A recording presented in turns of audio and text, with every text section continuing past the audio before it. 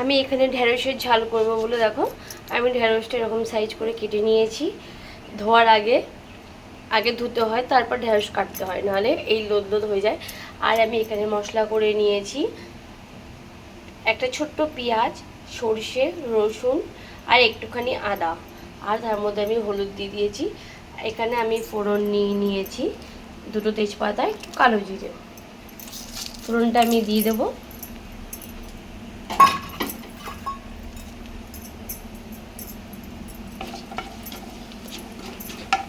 ফোড়নটা হয়ে গেলে আমি সর্ষে বাটার মধ্যে আজকে আমি সর্ষে বাটার মধ্যে হলুদ দিয়ে দিয়েছি। তোমাদেরকে আমি বলি সবসময় যে সর্ষে বাটার সময় হলুদটা দেবে, তাহলে সর্ষেটা তেতো হবে না।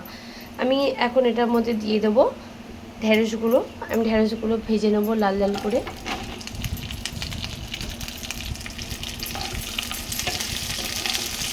ঢেঁড়সের মধ্যে আমি ভাজা হয়ে গেছে, দেখিয়ে দিচ্ছি। দেখো,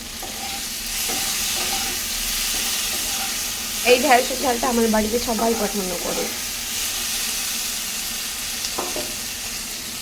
এবার আমি যেখানে মশলাটা করে রেখেছি মশলাটা দিয়ে দেবো, দিয়ে ভালো করে কষিয়ে নেব।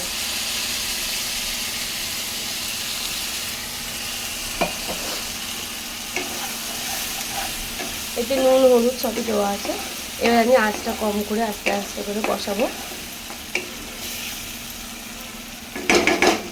এই ঝালটা রেডি হয়ে গেছে। এতে আমি গরম মশলা দেবো না, এটা হয়ে গেছে। এটা আমি এবার তুলে নেবো।